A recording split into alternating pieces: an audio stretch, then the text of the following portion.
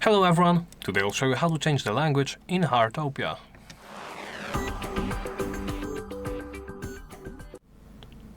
Let's begin by opening the Smartwatch menu. Do so by pressing this button in the top right corner or the corresponding button displayed below.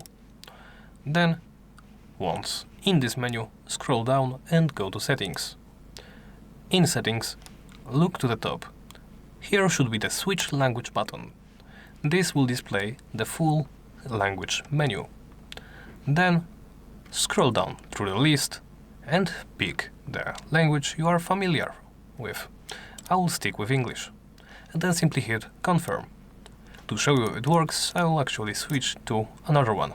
As you can see, the game will need to reload during this time. Of course, I don't understand actually Chinese, so I will actually need to go back once again into Settings, into this language menu and reload the game again. But that's essentially it.